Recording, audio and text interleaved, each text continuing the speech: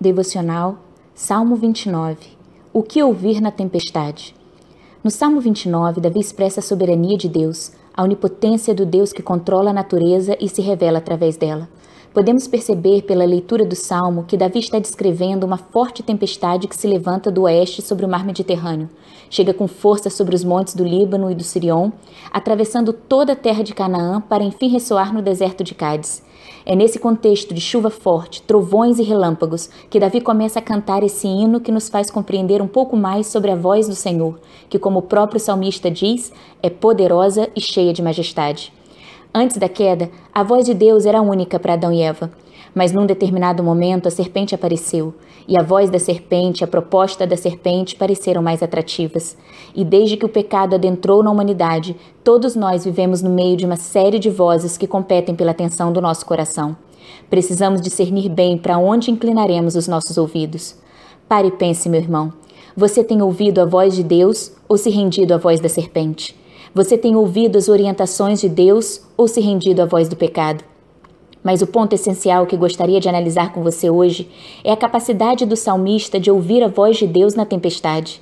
Por muitas vezes, não conseguimos ouvir a Deus em meio às tormentas que se estabelecem na nossa vida.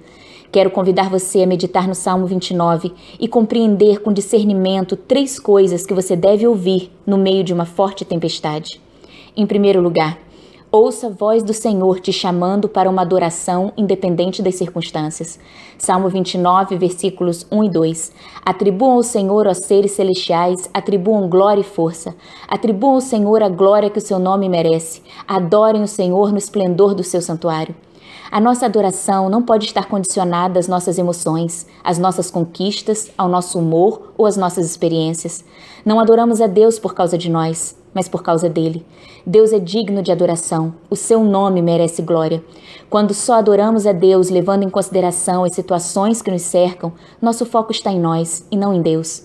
E essa é a tese do diabo.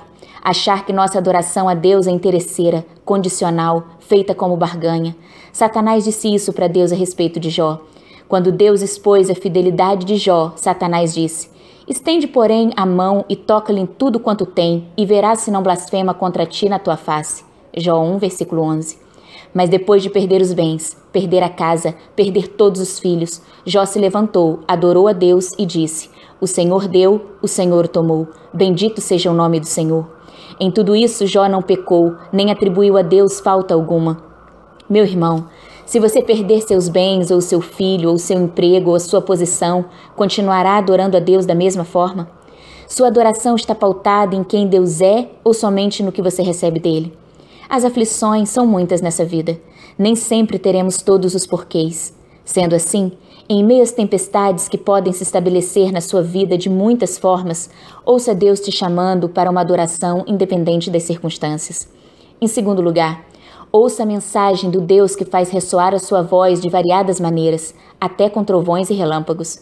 Salmo 29, versículos 3 e 7. A voz do Senhor ressoa sobre as águas, o Deus da glória troveja, o Senhor troveja sobre as muitas águas, a voz do Senhor corta os céus com raios flamejantes. Deus se manifesta de muitas formas. Deus falou com Elias numa brisa suave. Deus falou com Jó do meio de um redemoinho.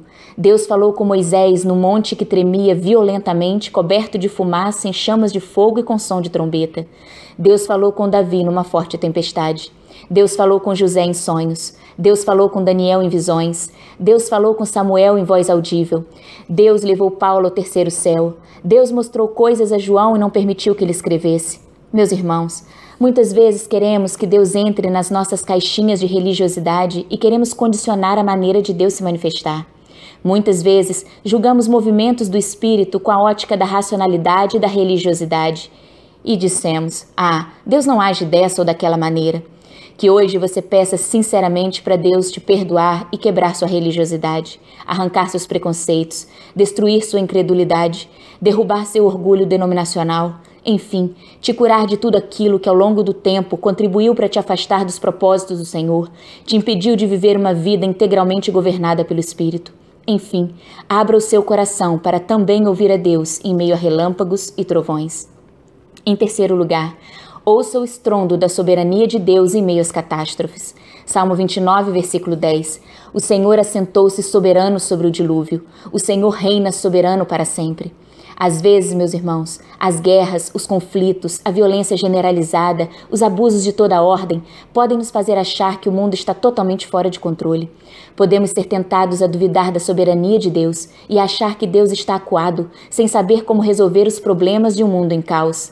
Mas a verdade é que nada pega Deus de surpresa. Ele continua com o governo das nações em suas mãos. O universo está sob o seu comando. Sua soberania é incompreensível para nós. Somos muito limitados. Mas essa imagem que Davi apresenta neste Salmo 29 é fantástica. O dilúvio talvez tenha sido o evento mais catastrófico do ponto de vista humano. Todos morreram, com exceção de uma família dentro de uma arca. E Davi narra que o Senhor assentou-se soberano sobre o dilúvio. Precisamos absorver essa verdade da soberania de Deus na força do Espírito. Caso contrário, poderemos cair em inúmeras heresias. Meu irmão, você tem enfrentado tempestades violentas na sua vida, na sua família, no seu emprego, na sua igreja? Que hoje sua mente seja enlarguecida pelo Espírito. Que você ouça a voz do Senhor te chamando para uma adoração independente das circunstâncias. Ouça a mensagem do Deus que faz ressoar a sua voz de variadas maneiras, até com trovões e relâmpagos. E ouça o estrondo da soberania de Deus em meio às catástrofes. Que Deus te abençoe. Pastora Érica, Timor-Leste.